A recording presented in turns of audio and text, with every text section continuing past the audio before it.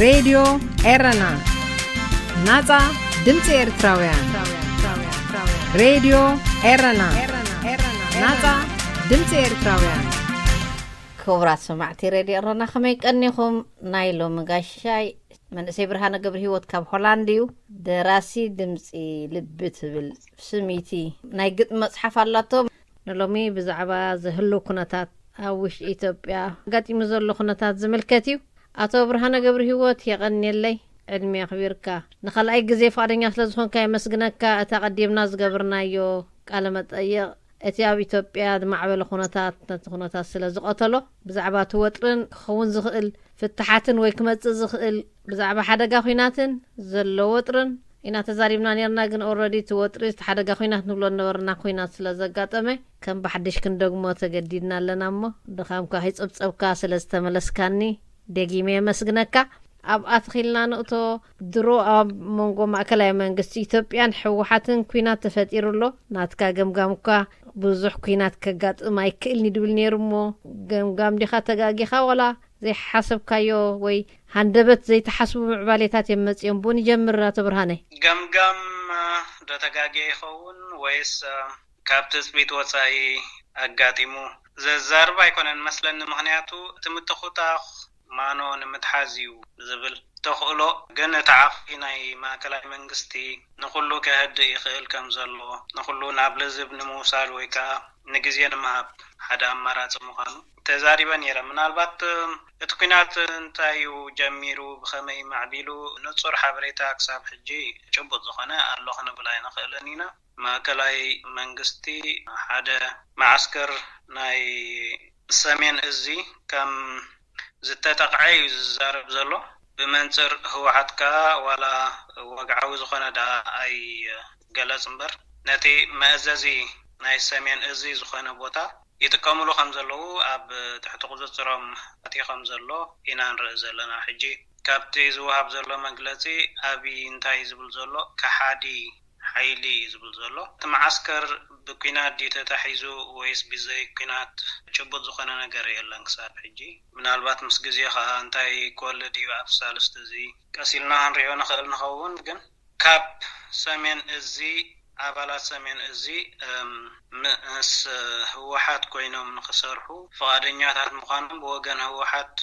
بزتفلالي حبريتاتات وصالو كومن دحر دا خوينو اتي كحتي زبل زولو قال عبالات سامين ازي مس هوحات وغينو من دحر دا خوينهم مو تكوينات مس هوحات تراح وي مستفلي حيل ناي تقراي تراح وي مس ملشاتات ناي تقراي تراح زي كونس مس يوم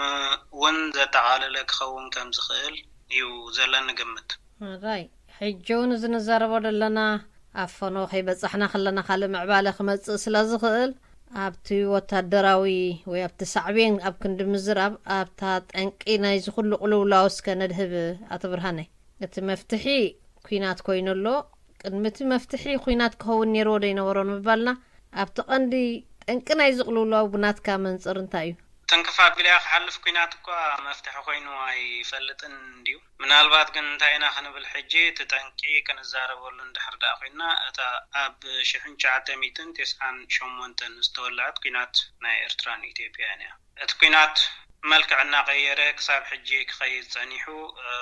اب كل تشحن 10 شومونتن بزمص لوطخا هو حد بتيز مص لوطي عقب سلازي كونه كاب سلطانون كاب ملو حيلي ناي زقاصات ورز نبره سلطان ناي فدرال ملو بملو سلا استدفئ حقوس زي مخانو مو نخلت عمت دلوات سلا زنحه ايو نما خلاي منغستي كقاومو نرئز لنا مالتي زير كن تاينا خنبل ابشحن 990 استجمره كينات ايتيو ايرترا طنقي ناي زخلو يلنا كن قلصو نخل حج كميلو دحريز معبله كنتات اب كلتشن 10 شومونتنالو اندي كنبل دحر دا خويناها صعبين ينبر تنكي اي كونن يلنا عندم دم نخل اتي اب 9 شومونتن زغاطمه كينات ايتي ايرترايو اتي كان تنكي يلنا نزارب نخل مالتي ملو بملو كميلون انا 9 شومونتن ناي دوب قداي كم زي كونو كاب خلتي ام رحت تنيرنا ندي كن مزني حج خناتات بمنتاي خطت اساس رد لغه تبرهاني احصر بيلكا نايدوب كينات كم زي كون بخلتيان وغانات رينا قصاب كندو نايدو كينات واغا خفل كنيرو وداينا ورن كالا رست سلازغنا هو حدا زملو تعدل ابشعن 991 زملو تعدل نمملاسيو تيناي 98 كينات جميرو ويون اميدا زنبروم ناي ممهرن تمهراين غرچتون كنبلو نخل كساب غزيو زاكل ወይ ሓይሊ ደሊብና ክሳብ ዝብሉሉ ህዝባዊ ወያነ ሓርነት ትግራይ ክቕፅል ጸኒሑ ኣብ 98 ስለ ዝተፈንጀረ ብታሪኻዊ ፖለቲካ ክሪኦ ከለኹ ከምኡ ዓይነት ትርጉም እዩ ዝህበናይ እዚ ሕጂ ንሕወሓት ምስ ማእከላይ መንግስቲ ኣጋጢሞም ዘሎ ግርጭት ምስታ ናይ 98 ብኸመይ ተተኣሳስራ ኣለኻ ንፅርቲ ኮነትና ኣቶ ብርሃነ ነዚኣ ክነፅራ እንድሕር ደኣ ኮይነ ኣብ 1998 ህወሓት ኣብ ማእከላይ መንግስቲ ዝለዓለ ኢድን ሓይልን ስልጣንን ነይሩ ክሳብ ለውጢ ናይ 2018 ከዓ ዝለዓለ ኢድን ዝለዓለ ዓብላልነትን ኣብ ማእከላይ መንግስቲ ኢትዮጵያ ነይሩ ድሕሪኡ ብዝተለዓለ ተቃውሞታት ናይ መንእሰያት ኦሮሞን ኣምሓራን ካብ ኣዲስ ኣበባ ናብ መቐለ ምሰንሰሓበ እቲ ግርጭት ኣዊ ተቐቢሩ ጸኒሑ ንኣዲስ ኣበባ ዋላ ብኩናት ኢቶም ኣብ 91 ወያነ ግን ኣብ 2018 ድሕሪ ከባቢ 20 ገለን ዓመታት ብዘይተጸበየ መንገዲ ካብ ኣዲስ ናብ መቐለ ክግዕዝ እንከሎ ሕጉስ ኣይነበረን ሕጉስ እንድሕር ዳ ዘይነይሩ ከመይ ገይሩ ናብ ኣዲስ ይምለስ ናብ ስልጣን ይመጽእ ከምቲ ቅድሞ ዝነበሮ ዓብላልነት ናይ ብሓት ስልጣን ኣብ ኢትዮጵያ የረጋግጽ ድልየት ነይርዎ ሕጂ ከመይ ገይሩ ንህዝቢ ትግራይ ወዲቡ ናብኡ ይምለስ ሓደ ናይ ራእያ ግን ዓብ ፍልሊ ዘለዎም እዚ መጺኡ ኣሃዳዊ መንግስቲ ተባሂሉ ዝውንጀል ዘሎ ባህላዊ ህወሓት ማለት እዩ አንጻርቲ ብሄራዊ ረብሓ ናይ ኢሎም ስለ ዝኣምኑ ምስትየን ካልኦት ናይ ብሄራት ጉዳይ ወይ ራእያ ኣለና ዝብላ ሓቢሮም ንኽሰርሑን ከምቲ ዝነበሮ እቲ ናይ ኢትዮጵያ ኣቃውማ ፖለቲካ ክቕፅልን ድልየት ስለ ዝነበሮም እቲ ግርጭት قلقل زلو ግን بعبيو نابتا متأسسار ናይ 98 ንብላ ዘለና ነጥብ ክመጽ እንድሕር ዳ ኮይነ ኣብ 98 ኩናት ክውልዕ እንከሎ ምስ ኩሉ ሓይልታት ኢትዮጵያ ተጠቂሙ ኩሉ ጸጋታት ኢትዮጵያ ተጠቂሙ ምስ ኤርትራ ኩናት ገጢሙ ኣብ 2018 ለውጥ ክመጽ እንከሎ ግን እቲ ኣብ ማእከላይ መንግስቲ ዘሎ ምስ ኢሳያስ ገበሮ ሽርክነት ኢሊዛምን ሕጂ ትናቶም ናይ ኣስመራን ናይ ኣዲስ ኣበባን ዝምድና አንጻርቲ ክኸዶት ጸንሐ ረብሓታት ናቱ ስለ ዝኾነ ክቕበሎ ይካኣለን ማለት እዩ ሕጂ ኩናት 00 ይቕጽል እዩ ዘሎ መዕለቢ ኣይረኸበን ብኣካይዳ ወያነ ኩናት ኤርትራ ካብ 98 ጀሚሩ ክሳብ ሕጂ ዝቕጽል ዘሎ ኮይኑ ይስማዓኒ ብዝተፈላለየ መልክዓት ማለት እዩ ኣቶ ብርሃነ ተረድኤኹም ዘለኹ እቲ ሕወሓት ኣብ ልዕሊ ህዝቢ ኤርትራ ዘለዋ ፖሊሲ ስለ ዘይቀየረትሲ ነቲ ዝጸንሐ ካብ 98 ዝነበረ ክሳብ 2018 ወጥሪ እዮም ዝቕጽልዎ ዘለዉ ኢኻ ትብል ዘለኻ هو መልክዓት ቀያይሩ እዩ ዝቕጽል ዘሎ ባህሊ ኣነ ምክንያቱ እቲ ኩናት ተጀሚሩ ምስ ወያነ ተጀሚሩ ምስ ወያነ ከዓ ይቕጽል ኣሎ ወያነ ኣብ ኤርትራ ዝጀመሮ ኩናት ብዝተፈላለየ መልክዕ ክቕጽሎ ስለ ዝጸንሐ ሕጂ እውን ይቕጽል ኣሎ የዝብል ዘለኹ እስከ ቁርብ እንተቐለለትልና ንምርድኣ ሕወሓት ሕጂ ምስ ኢትዮጵያ ዘለዎ ጉዳይ ዲዳዓቢ ምስ ኤርትራ ህወሓት ምስ ክልቲኦም ዘለዎ ጉዳይ ዓብዩ ምክንያቱ ናይ ህላውነት ጉዳይ እዩ ንዑ ብሰዓት እዚ ዘገድሶ እምበር ምስ መን ዓብይ ኣጀንዳ ኣይኮነን ከመይ ገይሩ ጸቕጢ ፈጢሩ ምስ ክልቲኦም ኣካላት ይቀራረብ ወይ ከመይ ገይሩ ለኪሙ ይጠፍእ ጥራሕ እዩ ዘሎ ብሰዓት እዚ እጅታ ለኪሙ ይጠፍእ ትብል ምርጫ ድዩ ወሲዱ ክንብል ንኽእል ብልክዕ እቲ ለኪምካ ምትፋ ዝብል ናይ መወዳእታ ኣማራፂ ኮይኑ ዘሎ ይመስል ረብሓ ኤርትራን ህዝቢ ኤርትራን ኣብ ዝጉ ተወሊዑ ዘሎ ጉዳይ ብኸመይ ካ ትገልጾ እስኻ ኣበይ ዘሎ ረብሓ ህዝቢ ኤርትራ እንታይ ክገብር ዘሎ ህዝቢ ኤርትራ ህዝቢ ኤርትራ ካብ ኩናት ረቢሑ ይፈልጥን እዩ ካብ ናይ ክልቲኦም ረፅምኻ ወላ ሓደ ዝረብሖ ነገር የለን ኣብ ኩናት ሓድሕድ ኢትዮጵያውን ኢዱ ዘእትወሉ ምክንያት ኣይረአየንን እዚ ትብሎ ዘለኻ ናይ ኩሉ ሰብ ምርጫ እዩ ናይ ዝበዝሐ ህዝቢ ኤርትራ ምርጫ እዩ ግን ብዝገሊኦም ካ እንታይ ይብሉ ኣለዉ ፈቲኻ ጸሊእካ ረብሓና ለሊና ጸጋሕ ንወስድ ኣለና ዝብሉ ኣለዉ ንኣብነት ሕወሓት ኣብ ልዕሊ ኤርትራ ዘለዋ ፖሊሲ ኤርትራ ዘርባሕ ኣይኮነን እሞ ምስ ኢሳያስ ኮይንና ንሃገርና ክንከላኸል ኣለና ዝብሉ ኣለዉ ናብ ገጹ እንተኸይዱ እቲ ግርጭት ካብ ተቕድሚ ሕጂ ዝተባህለት ካብ ኢሳያስ ንላዕሊ ጸላእቲ ስለ ዘይብሉ ህዝቢ ኤርትራ مس حوحات كنا إساس نليوز بلا لمو أبزي تأفا في زعبة نات كامر قص انتايو بردي تنبر بسمع الزخيادة أوانا يكونن من الوقت جن انت يا خبل زخيل كم زي بسمعت اندحر دعت خير كوينكا هاندا فيلكا ناب حادي خيركا خط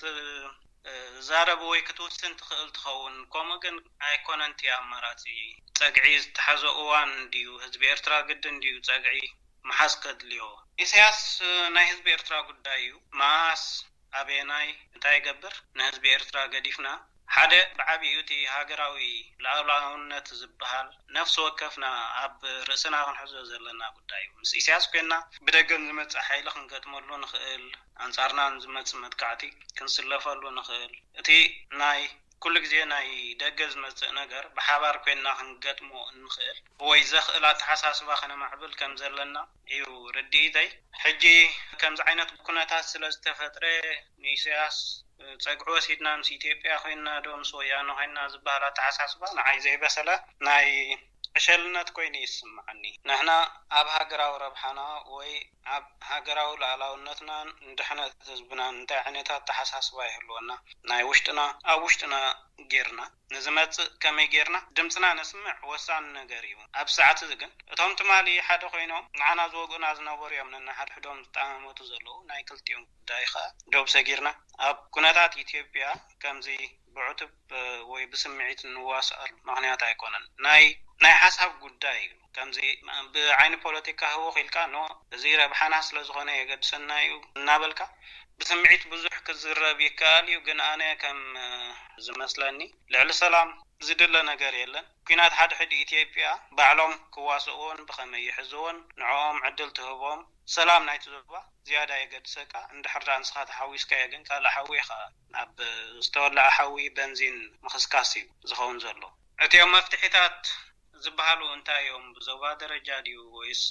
ብውልቀ ደረጃ ዝሕሰቡ ይህሉ ይኾኑ ኣብኦም እንታይ ተራ ይህልወካ ክትሓስብ ትኽእል ኢኻ ከምዚ ካብ ስምዒት ውፅእ ኢልካ ዝግበር ነገራት ማለት እዩ ኩናት ሓድሕድ ንኤርትራ ይጠቐመን እኮ ክሳብ ሕጂ በሰልኡ ንሪኦ ኣለና ፈኻም ይብል ኣሎ ኣይሓሰሰን ኢትዮጵያ ከኸም ዓይነት ድዩ ኣሰር ክገድፈላ ወይስ ካልእ ምዕባለታት ኣብ ቀርኒ ኣፍሪካ ክንርኢ ዲና ኢትዮጵያ ከም ሃገር ዘይኮነት ከም ክልላት ብደረጃ ክልላት ዘለዋ ናብ ሃገራት ድን ክምዕብላ እዚ ናይ ኢትዮጵያውያን ስራሕ ስለዝኾነ ብዙሕ እንሓመሉ ይኮነን እዚ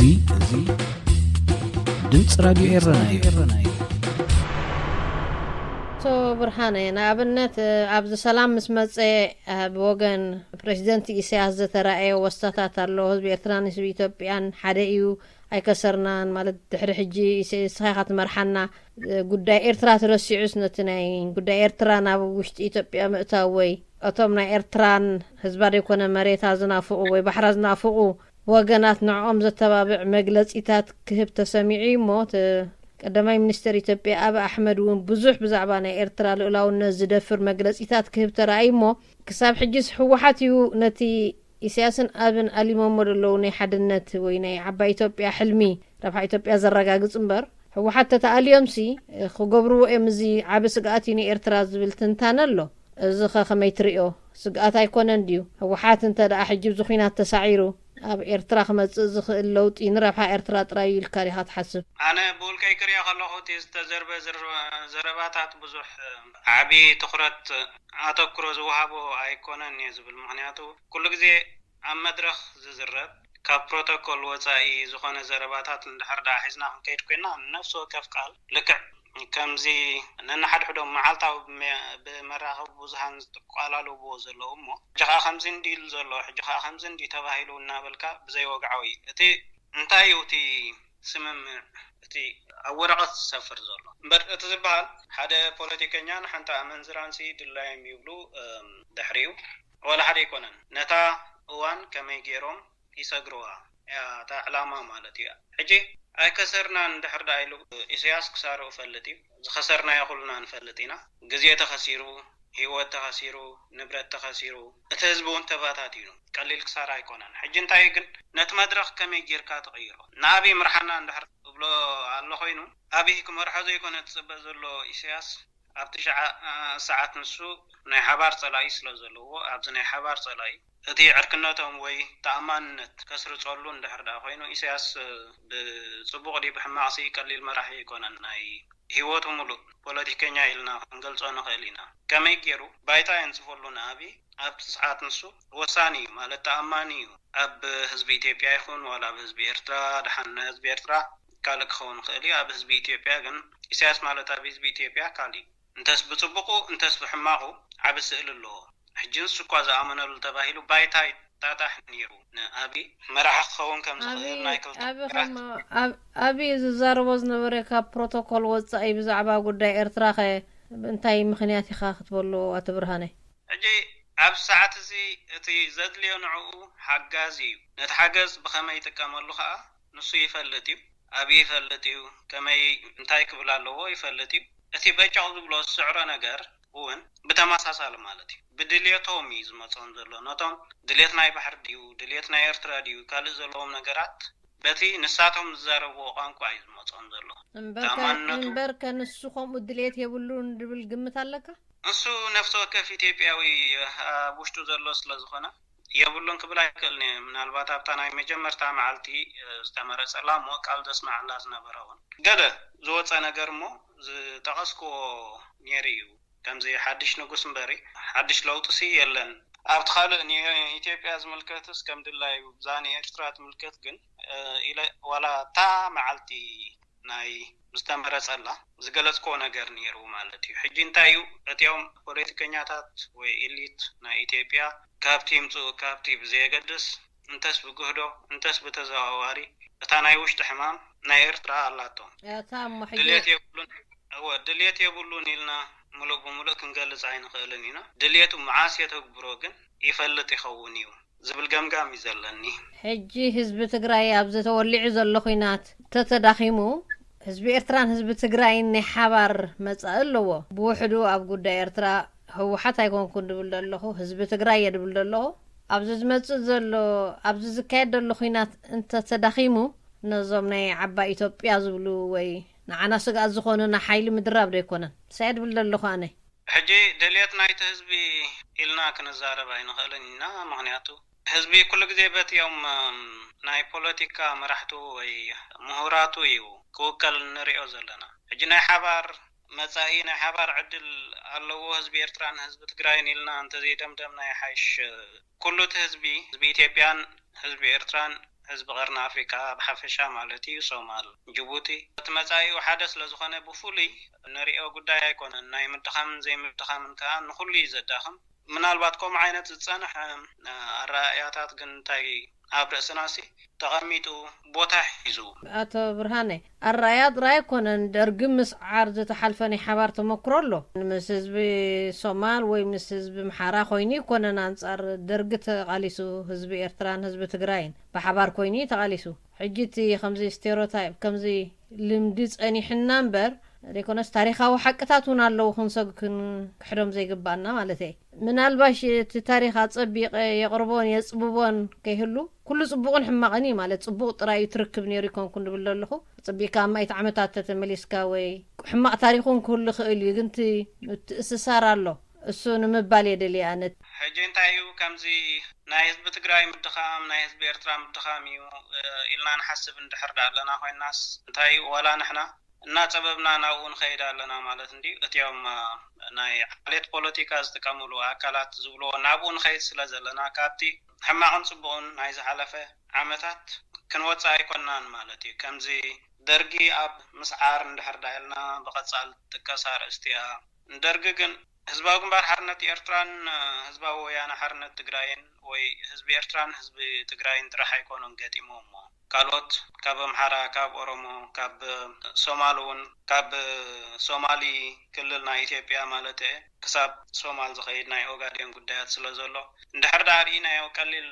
ፅልዋ ኣይኮነን ዘለዎ ሕጂ ኩሉ ተማላላ እዩ ኣብቲ ዞባ እንድሕር ዳ ርኢናዮ እቲ ዝኸይድ ዘሎ ነገር ማለት እዩ ቀደም ኮሚ ነይሩ ሕጂ እውን ኮሚ ዘሎ ኤርትራ ድበዝሐ ትዳወቦ ምስ ህዝቢ ትግራይ እዩ እሱ ሓደ ካብቲ ሓደ ፋክተር እዩ እቲ ድበዝሐ ሽግር ዝፍጠር ኣብ ዝቐርኒ ኣፍሪቃ እንተልካ እውን ኣብዚ ከባቢና እዩ እዚ ክልቲ ኤሊታት ናይ ትግርኛ ኣብ ኢትዮጵያን ኤርትራን ዘሎ سلام انت زقبر ابز قرن افريقيا سلام مخلوي لي دغمتانه بوحدو طنقناي مبرع كينات اي مخونن ولا بتاريخ انت ريخايون كمزي عصبيبنا نريو قدايسي ايكونن حبار سقاتنا حبار مصانا لنا خنبل اندحر داخينا اتزوبا بحفشو مرأي صبو كوين سمعني حجن دحر دارينا كيناتي تي ارترا ناي 98 دحر دارينا نمولو زوا قرن افريقيا يصليون تقاصاصيرون صنيحن زلو حجي امونغو نايزون كل تحيلتات ازياتو استجمر صقم كساب كندينت زوا غيرون اب صقم كتوان كيلو اندحر دالنا اتمصاي بحاده كينات كهوخن بحاده سلانكا كرغن كم زخل سي حاده گمگام الله مالتي اسبيبنا ابزوم حاده نابرا وي غوربا بتي انبلوم زلنا براتسبات راح انت زي تكورنا ايله زي دمص راديو إيرناي طني حوحات كنملسك اتو برهانه نحوحات ابتزوص مغلصيتات نحزب ኤርትራ صويعو نيرمو بزعبو بزح ملكت غيركا اب محبراو مرخبيتات زرغي حكايه نيركا عقبتات نيركا مو بتام وداتا زوصا مغلصي صوعت نحزب ኤርትራ اسكبا نزاربمو نمود داغصناينا كل غزي يو عقبتات زلن ياب مغلصيتات وحات مالتيو مالتنسا بفولي استبيل كلامبر بقصال استكملايم انتاي زبل ابت مغلصي كلت استفالاليو فصيمم زيراخبو نغراتيو حيزوصي بتحده مس ኤርትራ زلنا معلب زيرخبه غونصي نالوه سراويت نمنتاي انقاساس زبل حتو يو تلاعيلو حجنتايو مس ኤርትራ زيتود غونص خمزلكا اندحردا امينكا اتدحيركا اب كوزر شوعات زوص صاوعيت حزبن حيلتات مكلخالن ኤርትራ اب غودنا حزب تግራይን ودبنان دو نختبل بزاغاتامي صواع لنا زبلسي لاقصو خوينو خابطعيا امرو زيوت مغلص خويني رخيبه معناتو مس حزب ኤርትራን هاجر ኤርትራን زي تودى ጉዳይ ከም ዘለካ اندحردا امينكا نحزب صاوعيت تقربلو مخنيات يلان ات حزب كويو بعل ጉዳይ اتا ኤርትራ كويا بعلت ጉዳይ ስለዚህ مساخم زلو يسنحمو حجيب قدنا تسلفوا انصار إسياسن انصار ابين كتبلو من كلخا اتزحايسي اتمساهم زنبره مس ኤርትራ زنبرنا ጉዳይ معلب غيرنا لنا يخبال نيرو ግን እንደحرዳ كلتا زي راخو ነገራት اب حدا ነገር ተምጾም አለኻ ኮይንካ ምናልባት ጽቡቕ ወይካ زي كنعنا زلو ኮይኑ አይረኸብኮን አነ በወገናይ ማለት እዩ زخوينات زي فتينا صلينا عملكتنا نخنبل نخل አይመስለንን بطاخص حجي ولا سلام مصي مستبهلون ازخلو ولا حنت لوط زي مصي اتي امونغوزم حيلتات إسياس ابي حوحات زلو غريጭ ስለ زي تفتحيمو سخان من حلفنا تسكم مسك حجي فتحنا خمص فتح دغاغي ما يبلا منالبات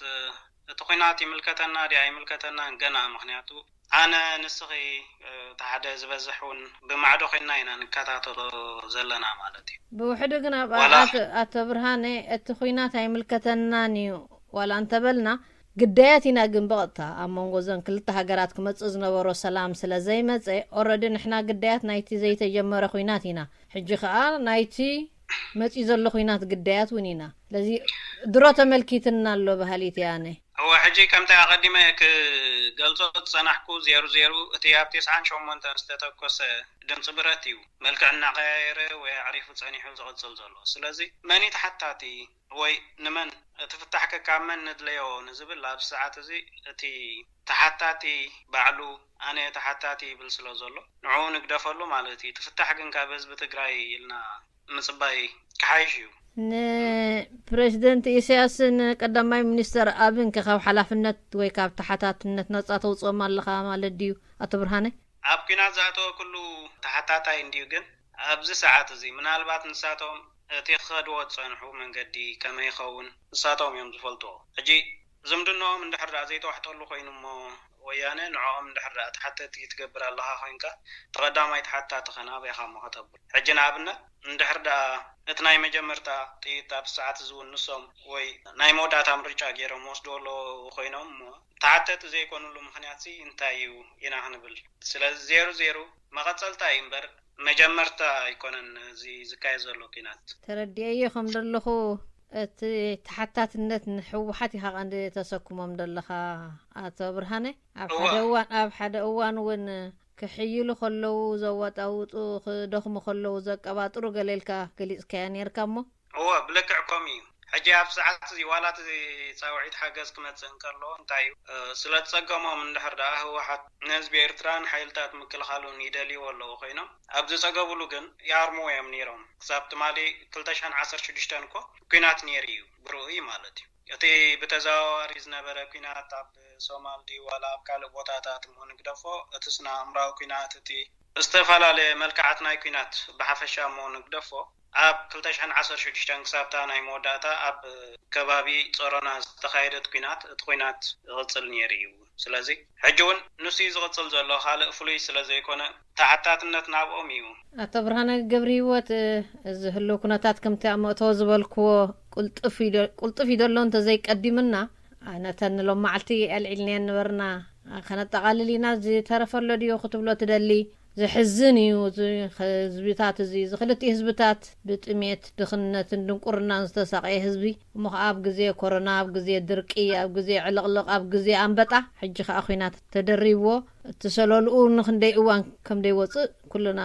ንፈልጦ ኣፀቢቕና ኣረጋጊፅና ንፈልጦ ነገር እሞ ዝሕዝን ፀብፀብ ኢና ንገብር ዘለና እሞ መወዳእታት ብሎ ነገር ተዘይብልካ ክንውዲ ኢና ያ ለሚድናይ ኢና እቲ ኩናት እቲ ደርቂ እቲ ድኽነት ኩሉ ግዜ ኣብ ቤትና ስለ ዘሎ ፅምብላልዕሲ ማዓኮራ ዘይከደነት መሬት ትኸድን ዝበሃል ኣባህላ ጥራሕ እዩ ምክንያቱ ካብኡ ክንወፅእ ኣይከኣልናን ሓድሽ ኣተሓሳስባ ክንተኣታትው ኣይከኣልናን ሕብረተሰብና ብሓድሽ ኣተሓሳስባ ፀሊና ናብ ናይ ምርዳእ መድረኽ ክንወስዶ ኣይከኣልናን ስለዚስ ዘሕዝን እዩ ንኩሉና ማለት ደሓን እዩ ብዘይሰራሕናዮ ብረት ኢና ንቃተል እምበር ዝሰራሕናዮ ዝኾነ ይኹን ማሽነሪ የለን ክሳብ ሕጂ ድኽነትና ክፍውስ ዝኽእል ኣብዚ ማሕበራዊ መራኸቢታት ዝሰማዕኳ ክነግረካ ኣሜሪካ ትመራረፅ ቀርኒ ኣፍሪቃ ትፈላለፅ ዝብል ሓደ ሰብ ፖስት ገይርዋ ርኤስ ማዕረ ክንደይ ዓመታት ንድሕሪት ተሪፍና ከም ደለና እዩ ዘርእየካ ብፍላይ ዞም ኣብዚ ደገ ደለና ፍልልይ ትሪኦ ኢኻ ናይ ምፅዋር ባህሊ ትሪኦ ኢኻ ናይ ዘተ ባህሊ ትሪኦ ኢኻ እሞ ይቐኒየለይ ተስፋ ገብር እዚ ኩናት ኣብ ዝቐልጠፍ እዋን ጠጠው ኢሉ ካልእ ፍታሕ መፅኡ ዝኸባቢ እዚ ናብ ሰላምን ልምዓትን ክምለስ ንሕና ኣበርክቶውን ብኡ መጠን ክኸውን እሞ ንሎም ወዲእና ኢና ብርሃነ ክብረት ይሃበለይ የቐኒየለይ ደጊሜ የመስግን የቐኒየለይ ኣነ ሓረጉ የቐኒየለይ ቴንኪዩ ክቡራት ሰማዕቲ ሬድዮ ኤረና ምስ ኣቶ ብርሃነ ገብረ ህይወት ዝገበርኩ ዕላል ኣብ ዝተወዲኡሎ ኣብ ዝሓሸ ዘሐጉስ ዜና ክንራኸብ ተስፋ ገብር ንሎም ግን ኣብ ዘወዲእና ኣለና ሰላም ቅነ إرنا هنا إذاعة إرنا الدولية